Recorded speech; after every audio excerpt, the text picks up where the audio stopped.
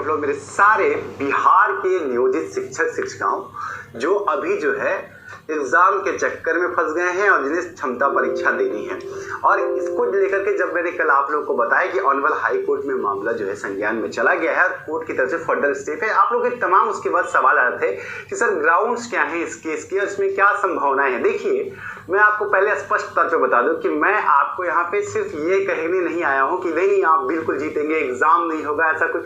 As an court officer this is my duty कि मैं आपको फैक्ट बताऊं कि किन किन ग्राउंड्स के ऊपर केस हुआ है और ऑनरेबल कोर्ट ने इस ऐसे केसेस में किस तरह के फैसले दिए और अभी यहाँ पे क्या हो सकता है। क्या आपका एग्जाम नहीं कराया जाएगा?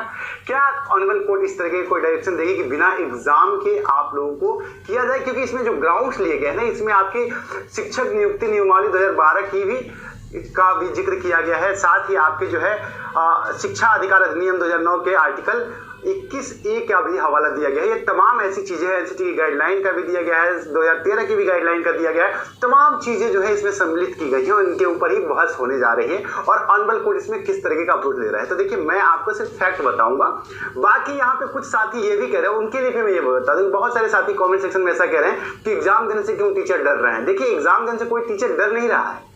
आप ये समझिए कि जो आप लोग ये कमेंट कर रहे हैं ना कि एग्जाम देने से टीचर डर रहे हैं, उनको देना चाहिए एग्जाम, आप एक बात समझिए कि आप लोग जो साथी बीएड करके या बीटीसी करके सीधा एग्जाम की तैयारी करके एग्जाम देने चले गए हैं, आपकी कंडीशन अलग है। और वो टीचर, वो हमारे साथी जो शिक्षक हैं, जो लगातार 10 साल 12 साल 5 साल 6 साल 20 साल से काम कर रहे हैं, वो सिर्फ यही नहीं करते हैं, वो उनकी पढ़ाई तो हुई ही नहीं है, साथ ही उनको इलेक्शन ड्यूटी करनी है, जनगणना ड्यूटी करनी है, तमाम ड्यूटियां करनी है, पढ़ाना है। और इन सब के बीच में आप एक एग्जाम ऐसा लेकर के आते हैं जो आप कहते हैं कि टीआरई 1 या टीआरई 2 के बेस पर होगा और उसमें आप क्वालिफाई करिएगा तब आप टीचर बनिएगा, और उसमें भी पे स्केल क्या होगा, आपको वही मिलेगा, तो फायदा क्या? ये तमाम सवाल है।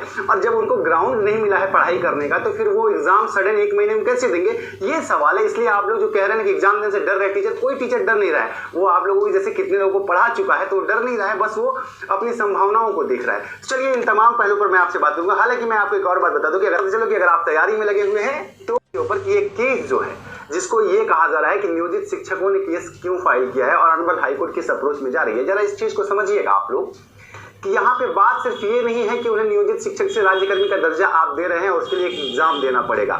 बात एग्जाम की नहीं, एग्जाम देने के बाद भी उन्हें क्या मिल रहा है? उनका ना आप पैसा बढ़ा रहे हैं, उनको आपने फेयर मौका नहीं दिया है, आपने उनका ट्रांसफर उनके मन लायक करनी है, वो 3 जिले भरेंगे, अगर उसमें से किसी एक में अगर वो जिला नहीं भरेंगे तो आप उनको नियुक्ति नहीं करेंगे, राज्यकर्मी नहीं बनाएंगे। ये तमाम प्रक्रियाएं जो हैं, और वो भी उन शिक्षकों के साथ की जा रही हैं जो ऑलरेडी शिक्षक हैं, पिछले 5 साल 10 साल 20 साल से अपने कर्तव्यों का निर्वहन कर रहे हैं, सरकार की तमाम शिक्षा के साथ सरकार की तमाम ड्यूटियां कर रहे हैं, और उसके बाद आप उनको सामने ला करके एक एग्जाम रख देते हैं कि भैया ये एग्जाम कीजिए। तो ये स्टैंड, अब आप सोचिए कि सही है सरकार का या गलत?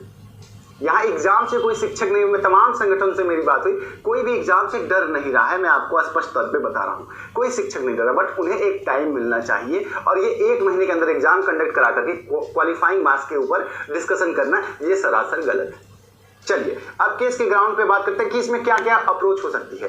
देखिए, बेसिक टीचर के स्नातक ग्रेड का प्रमोशन की चर्चा की गई थी, जिसके अनुपालन में बीपीएससी ने टीआरई प्रवृत्ति में ये तमाम जो ग्राउंड से मैं आपको उसको शॉर्टकट में समझा देता हूँ। शॉर्टकट में बस यही मांग है कि अगर आपको एग्जाम लेना है तो पहले तो वो पे स्केल आप देख लीजिए, और साथ ही एग्जाम से हमको क्या फायदा हो रहा है। अगर कोई फायदा नहीं हो रहा तो एग्जाम किस बात का। और दूसरा महत्वपूर्ण बात यह है कि आप हमसे ड्यूटी भी कराइएगा, आप हमसे शिक्षा के अलावा तमाम कार्य भी करवाइएगा, आप जनगणना भी कराइएगा, वोटिंग भी कराइएगा, इलेक्शन भी कराइएगा, और भी तमाम शिक्षकों का काम करवाइएगा, और उसके बाद आप कहिएगा कि हमको एग्जाम भी दीजिए और एग्जाम देकर के आप अपनी योग्यता सिद्ध कीजिए। और अगर आप अपनी योग्यता सिद्ध करने में नाकामयाब हो गए तो आप जहां हैं वहीं पड़े रहेंगे। और ये भी बहुत बड़ी बात नहीं है कि जब आप योग्यता सिद्ध नहीं करेंगे तो एक दिन सरकार आपसे ये कह दे कि भाई आप अपनी योग्यता सिद्ध नहीं कर पाए तो हम आपको कैसे लेके आए, आप तो योग्य टीचर ही नहीं है। तो ये तमाम चीजों की वजह से ये याचिका दायर हुई है। अब ऑनरेबल कोर्ट ने ऐसा ही सिमिलर एक उत्तर प्रदेश का केस था, उसमें ऑनरेबल हाई कोर्ट ने इस पूरे के पूरे सरकार के प्रयत्न को ही रद्द कर दिया एलिजिबिलिटी वाले मामले पे ही, और उन्होंने कहा कि जो टीचर पहले से ऑलरेडी कार्यरत हैं, अगर आप उन्हें, मतलब ये केस ऐसा हो सकता है कि ऑनरेबल हाई कोर्ट लॉ की दृष्टि से, प्रोस्पेक्टिव से, लॉ एंड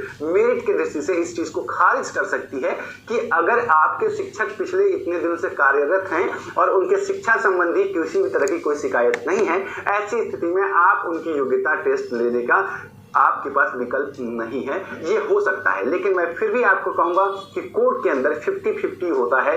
कोर्ट में आप केस जीत भी सकते हैं और हार भी सकते हैं। ऑनरेबल कोर्ट जब तक सरकार का पक्ष नहीं सुनेगा, शिक्षा विभाग का पक्ष नहीं सुनेगा, तब तक इसमें पूर्ण रूप से फैसला नहीं देगा। उम्मीद करता हूं आपको जानकारी मिल गई होगी, सारी बात आपको समझ में आ गई होगी। अब इस केस की तारीख जो है वो 26 तारीख को फाइल हुई है। तमाम और भी केसेस फाइल हुए हैं। अब इन सारे केसेस का जो है एक बार या तो बेंच बनेगा या फिर सिंगल मैटर में अगर सुनवाई होगी तो सारे केसेस को एक बार कंपाइल किया जाएगा। ऑनरेबल कोर्ट के टेबल पे ये 1 हफ्ते के अंदर ये केस जाएगा और उसके बाद सुनवाई होगी। अगर आप चैनल पे नए हैं या पुराने साथी हैं, आकर सब्सक्राइब लीजिए, करके बने रहिए। जैसे इसकी सुनवाई होगी मैं तो आपने स्पष्ट रूप से सुना, ये थे हमारे पटना हाई कोर्ट के एडवोकेट अमित पांडे जी, जो हमेशा शिक्षक अभ्यर्थियों के साथ कंधा से कंधा मिला के रहते हैं।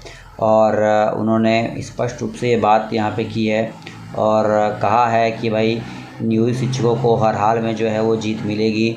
इसलिए नियोजित शिक्षकों को धैर्य बना के रखना चाहिए और